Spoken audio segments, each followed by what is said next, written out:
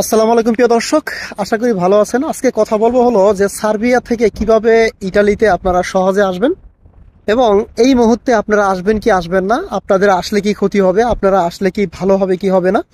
যেহেতু বিগত সময় প্রিয় দর্শক শ্রোতা আপনারা চাইলেই সার্বিয়া থেকে ইটালি হয়ে আসতে পারতেন, মানে সার্বিয়া হয়ে একবার ইটালিতে আসতে পারতেন, কিন্তু এখন কি সেই সুযোগটা আছে কি নাই এটি আজকে আপনাদের কাছে তুলে ধরবো। তার আগে আপনাদেরকে একটু দেখিয়ে নেই। দেখতে পাচ্ছেন আমি বর্তমানে আছি হলো আপনার এই ইতালির ভেনিসের মার্গারা নামে একটি জায়গা আছে। এই জায়গাটিতে দেখতে পাচ্ছেন যে আসলে অসংখ্য গাড়ি এখানে রাখা রয়েছে, যেহেতু এটি একটি বিশাল বড় একটি মার্কেট। এই যে দেখতে পাচ্ছেন এখানে বিশাল বড় একটি মার্কেট। আর যদি একটু জুম করে দেখাই, ওখানে দেখেন যেই সকল মার্কেটের গুলাতে আপনার মোবাইল সেল দেওয়া হয় সেই সকল মার্কেটের এখানে ইয়ে দেওয়া রয়েছে এবং অ্যাড দেওয়া রয়েছে, দেখতে পাচ্ছেন। তো যাই হোক, বাজারে যে কথা আপনাদেরকে বলতে চাচ্ছি সেটি হলো যে আপনারা যারা ইটালিতে আবেদন করছিলেন অনেকেই আছেন আপনাদের এখন পিঠ দেয়ালের সাথে ঠেকে গেছে, এখন আর আপনাদের আসলে আপনারা পারছেন না যে ইটালিতে আসার জন্য। এখন শেষে আপনারা কি করছেন, অবৈধ রাস্তাগুলো আপনারা বেছে নিচ্ছেন এবং আপনারা চিন্তা করতেছেন যে আমরা এই সার্বিয়াতে যাব। সার্বিয়া হয়ে যেহেতু একেবারে ইটালিতে যাওয়া সহজ, সেই জন্য আমরা সার্বিয়াতে যাব। এখন আমার কথা হলো যে এর আগে আপনাদেরকে ভিডিও দিছিলাম সার্বিয়া নিয়ে, যে আপনারা সার্বিয়াতে চাইলে আসতে পারেন এবং সার্বিয়া হয়ে আপনারা ইটালিতে আসতে পারবেন অতি সহজে।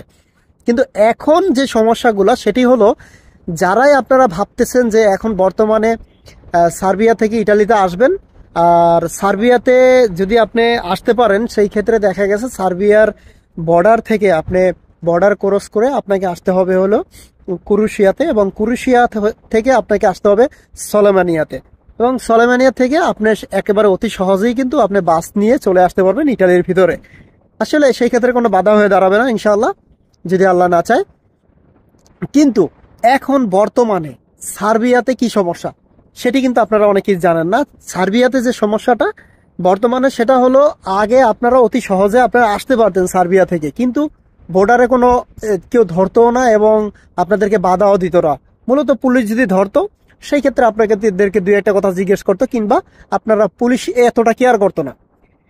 কিন্তু এখন বর্তমানে কি হচ্ছে জানেন, এখন বর্তমানে যেটি হচ্ছে সেটি হলো, আপনারা যারাই সার্বিয়াতে ঢুকবেন এবং সার্বিয়া থেকে যখন আপনারা ভিন্ন দেশের উদ্দেশ্যে রওনা দিবেন, তখন আপনাদেরকে ওখানে লোকজন, ওখানে দালাল চক্র রয়েছে, তারা ওখানে আটকাবে আপনাকে।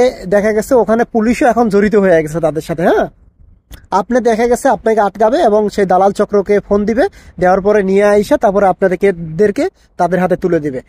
তারা আপনাদেরকে আটকিয়ে আপনাদের পরিবারের কাছ থেকে মুক্তিপণ আদায় করবে। এটাই এরকমেরই বর্তমানে হচ্ছে। তো মূলত অনেকেই আছেন যারা আমার ভিডিওগুলো দেখেন, আপনারা অনেকে আছেন চিন্তা করছেন যে সার্বিয়া হয়ে তো আসলে ইটালিতে যাওয়া যায়, যেহেতু ইটালি একটা ভালো একটা দেশ, ইটালি মানববন্ধন দেশ, ইটালিতে এসে টাকা ইনকাম করা যায়, রোজগার করা যায়, অতি সহজে আপনার পরিবারকে আপনার সুখে এবং ভালো রাখতে পারবেন। হ্যাঁ, তো সেই জায়গা থেকে প্রিয় দর্শক শ্রোতা, মূলত সবারই একটা টার্গেট এবং ইচ্ছা যে আপনারা ইটালিতে আসবেন। এখন যে সমস্যাগুলো সার্বিয়া থেকে অবশ্যই যদি কেউ আসতে চান একটু বুঝে শুনে আসবেন। আর সার্বিয়া হয়ে কিভাবে আসবেন সেটি কিন্তু আপনাদেরকে বলে দিলাম। সার্বিয়া থেকে ক্রোয়েশিয়া, ক্রোয়েশিয়া থেকে সলেমানিয়া, এবং আপনি সলেমানিয়া থেকে ডাইরেক্ট আপনি ইয়াতে চলে আসতে পারবেন ইটালিতে বাসে করে। সেই ক্ষেত্রে আর কোনো সমস্যা হবে না। আর সেই ক্ষেত্রে আপনাদের প্রয়োজন কি, আপনাদের পাসপোর্ট হইলেও চলে, না হইলেও চলে। কেননা যেহেতু আপনি হাইটা আসবেন কিংবা আপনি ট্যাক্সি গেম দিয়ে আসবেন, ট্যাক্সিতে মানুষ আসে যেহেতু, যেরকম আপনার কন্ট্যাক্ট করে হলো গিয়ে আপনার কত 3000 কিংবা 3500, মানে যার থেকে যা নিয়ে পারে এবং যে যেরকম কন্ট্যাক্ট করে পারে আর কি। তো প্রিয় দর্শক শ্রোতা, আশা করি আপনারা অতি সহজে বুঝতে পারছেন। যারাই আমার প্রিয় দর্শক বিন্দুরা আছেন, নতুন পুরান যারা আছেন, অনেকেই চিন্তা করেন যে ভাইয়া আমরা আসলে এখন কি করতে পারি। আমি বুঝতে পারি ভাই, আপনাদের দেয়ালের সাথে পিঠ ঠেকে গেছে, এখন আর তার কিছু করার নাই। সেই জন্যই তো আপনারা আসলে মূলত এই উদ্যোগগুলো আপনারা নেন, তাই না? সেই জন্য আপনারা যা কিছুই করেন ভাই একটু সতর্ক করে করবেন। আপনি যদি নিজে সুস্থ থাকেন, ভালো থাকেন, অবশ্যই মনে রাখবেন আপনার পরিবারটাও ভালো থাকবে এবং আপনার স্বপ্ন একে একে পূরণ হবে। তো যাই হোক, ভালো থাকবেন প্রিয় দর্শক শ্রোতা। অনেক কথা বললাম, আজকের মতো এই পর্যন্তই। যদি কোনো ভুল ত্রুটি করে থাকে অবশ্যই ক্ষমা দৃষ্টিতে দেখবেন। আসসালামু আলাইকুম রহমতুল্লাহি তাআলা ওয়া বারাকাতুহু।